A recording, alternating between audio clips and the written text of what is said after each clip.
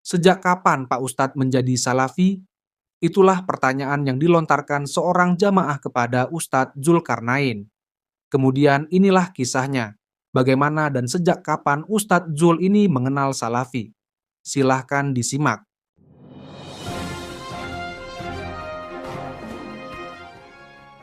Pertanyaan pertama, sejak kapan Ustaz kan dulu Salafi? Bagaimana mujahadahnya itu bisa berubah menjadi sekarang kan gitu? Boleh dijawab, boleh tidak? Demikian. Baik, terima kasih. Yang pertama, kapan Ustaz Salafi? Dijawab Pak, boleh jawab, boleh tidak? Ya, mujahadah ya. Mujahadahnya sejak tahun 99 waktu perang 98. Waktu perang 98 Kubang. Kan perang itu dulu. Ingat perang Kubang, Pak. Saya mengaji, kemudian 99, 2000, 2001. Tapi sambil ngaji juga tempat lain, nyuri-nyuri dari murabbi, dari ustaz-ustaz itu. Tapi kalau ada daurah ikut. Kemudian 2006 udah mulai agak-agak bingung. Satu hari yang membuat saya berhenti itu, mujahadah itu apa? Perasaan saya itu kalau waktu ngaji di situ merasa benar aja. Asal masuk ke masjid, nengok orang tuh kecil aja Pak. Nganggap orang tak berilmu. Jadi saya merasa tak enak. Ini orang beramal tak dengan ilmu. Itu kan doktrin tuh. Yang berilmu tuh kan cuman kami. Kami ini ahlus sunnah wal jamaah. Kami belajar hadis. Kami ini betul sanadnya, betul hadisnya. Ini semua dalilnya sahih. Ini yang diamalkan salaman setelah sholat. Orang yang masuk masjid. Ini ahli bid'ah semuanya. Asal memandang orang tuh kecil. Itu yang saya rasakan. Ada hati saya yang tak puas. Satu hari, bolehlah nih. Satu hari celana saya agak bolong kecil di sini. Jadi sholat adalah kawan. Tak usahlah sebut namanya dia. Kalau disebut nama tak enak, dia jual kelapa tuh di Jalan Paus. Nah sebut nanti dia terkenang tuh. Entah terkenang tak tidak lagi. Jadi selesai sholat tuh, celana ini bolong. Saya bukan merokok, tapi ada orang merokok yang kena celana saya ini bolong kecil-kecil. Lalu dia lihat gini, tak sah solat, tak sah solat, tak sah solat, gitu dia. Kan sama-sama pengajian nih. Tak sah solat antum, ulang solat antum, tapi kasar. Lalu saya bilang, abang kok kasar? Betul sebenarnya saya bilang. Tapi kita ini ikut sahabat. Kita ini kan salafi, pengikut sahabat. Sahabat itu kan lemah lembut saya bilang. Kalaulah ada, maaf bangnya saya bilang, kalau kayak gini Islam zaman sahabat tua saya bilang, kasar seperti abang ini macam mana orang mau masuk Islam? Untung saya Islam itu ada sekarang. Kalau saya hidup bersama Nabi di zaman sahabat tuh, perilaku sahabat tuh sekasar abang ini, tak masuk Islam saya tuh. Astagfirullah saya bilang. Maaf ya gitu. Begitu kasarnya antum ini saya bilang. Tapi marah saya kan. Marah. Kasar kali ini ngakunya ikut sahabat, tapi kasar, sombong-sombong. Itu udah satu kesal. Satu hari diskusi lah. Diskusi sama kawan semua. Tak salah sebut namanya, kau sebut aku nih. Saya bilang, Pak, kalau saya berjalan dari rumah ke masjid,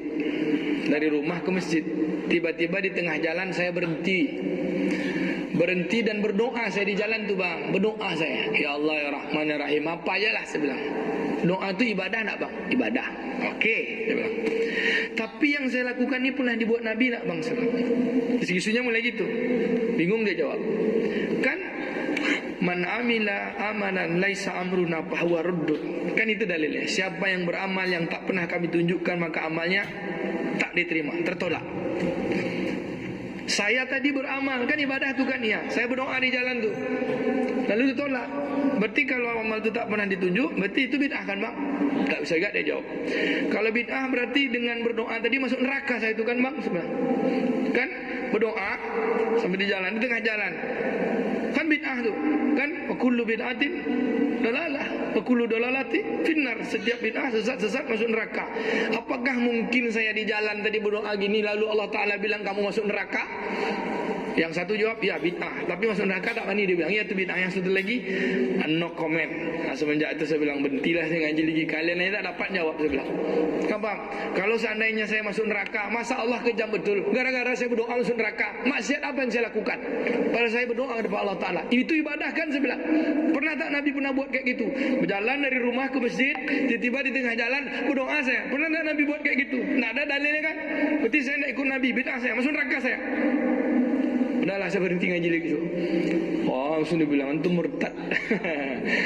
Pelan-pelan.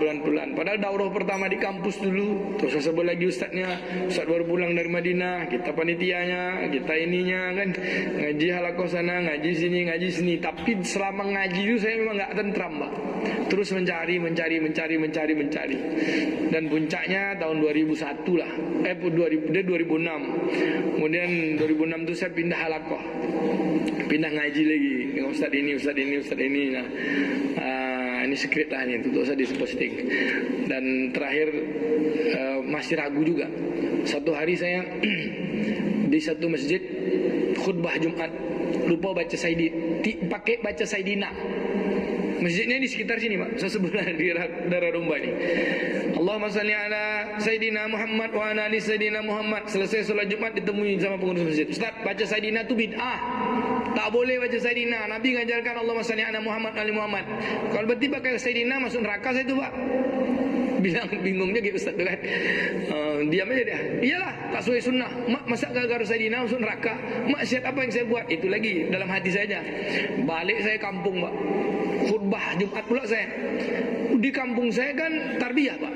Di NU tak ada, di Sumatera kan adanya tarbiyah. Ayah saya kan LC juga, Pak, alumni Canduang. LG-nya tuh lulusan Canduang. Dia ketua tarbiyah di kampung, kemudian ketua majelis ulama, kemudian beliau kan punya pondok, punya sekolah madrasah. Sedang khutbah Jumat saya itu dihantaknya, sedang khutbah ni lupa saya baca Sayyidina, di lantai masjid itu. Turun kata dia. Nak turun saya terus saja khutbah. Selesai khutbah dia ambilnya khutbah tu dibetulkannya saya. Khutbah tu untuk mengganti khutbah tadi baca ulang lagi, baca Sayyidina. Selesai rumah dia bilang, dia kan tarbiyah sampai rumah. Kau apa tak baca Sayyidina tadi? Pakai kau aja dia bilang. Kata Rasulullah ya. Ada satu hadis bahwa kata Nabi, jangan puji aku seperti mana Bani Israel memuji Isa putra Maryam. Janganlah puji aku seperti mana kaum Bani Israel memuji Isa putra Maryam. Betul hadis itu kata ayah saya. Betul. Tapi Bani Israel memuji Isa putra Maryam itu bukan Sayyidina. Isa itu dijadikannya Tuhan. Kau nyakap Sayyidina itu kau jadikan Tuhan, tidak Nabi Muhammad itu kata. Enggak, apa arti Sayyidina itu? Pemimpin kami, penghulu kami. Ya gitulah, kau bilang Muhammad itu kawan kau kata dia. Di jalan tuh main gitar tuh banyak Muhammad juga namanya. Sama aku aja kau panggil bapak. Pada Nabi Muhammad kau panggil Muhammad sembarangan aja kau kata dia. Iyalah ya, saya bilang. Diam aja saya kan. Yang marah kan ayah saya, Pak. Dia takut pula ini anak Pak Haji, anak Pak Umar ni semenjak mengaji lah berubah pula, tak pakai Sayyidina lagi di kampung kan. Semenjak tu galau lah saya. Apalah kalau menjadi masuk masjid orang tarbiyah NU pakai Sayyidina, masuk masjid Muhammadiyah tak pakai Sayyidina kan gitu. Satu hari mimpi lah saya, Pak. Tapi mimpi ini tak juga jadi dalil. Mimpi lewat satu kuburan itu bercahaya, cahayanya terang sekali. Lalu adalah sesosok yang datang. Saya berhenti di depan kuburan itu, saya tengok. Kuburan ini kok terang sekali. Apalah amaran orang kubur ini, kok bisa lampu cahaya dari dalam kubur. Adalah sesosok tapi wajahnya kelihatan. Wajah itu saking terang pula, rambutnya segini, pakai tongkat, pakai jubah, pakai imamah gitu, Pak. Tapi wajah nggak kelihatan. Terang sekali kayak lampu, tak nampak wajahnya. Dia bilang cuma gini, Zul, kau mau kayak orang yang itu tuh katanya. Saya bilang, ya Tuhan, apa amalan orang itu sehingga begitu hebat kuburnya? Apa kata beliau? Kalau berselawat sama Nabi itu bacalah Sayyidina. Itu bentuk penghormatan kecintaanmu kepadanya. Begini lagi. Apakah saya setelah mimpi itu baca Sayyidina? Enggak juga, Pak. Karena saya tak mau jadikan mimpi itu dalil. Pergilah saya ke Madinah. Sambil umroh, sambil ngaji, jumpalah dengan salah seorang. Tapi saya nak sekolah, ngaji aja. Dengan salah seorang Syekh Ahmad Nadan. Orang tasawuf At-Tijani. Jadi pertemuan itu tak sengaja. Di Masjid Nabawi ketika saya sedang duduk maghrib menjelang isya. Di belakang Raudhah. Ngantuk-ngantuk ini saya. Di tokoknya saya. Ya waladkum, dia bilang. Nak, bangun. Min aina anta? Ana min Indonesia. Anta Malaysia atau Indonesia? Antum Indonesia atau Malaysia? Kamu dari Indonesia atau Malaysia? Ana min Indonesia. Kalimah Arabi wa Inggeris, bahasa Arab atau bahasa Inggris? Mafi muskil. Kalimah Arabi fadal, Inggeris mafi muskil fadal. Silakan bahasa Arab boleh, bahasa Inggris boleh, saya bilang. Dia bilang bahasa kitanya, kamu dah berapa lama di Madinah? Kamu kok enak-enak aja tidur di sini, dia bilang. Kamu kesini ini setiap hari ada 2 juta orang yang mau datang kemari mendapatkan visa untuk jumpa Rasulullah. Pergi ziarah tuh kuburannya di depan. Tuh dia.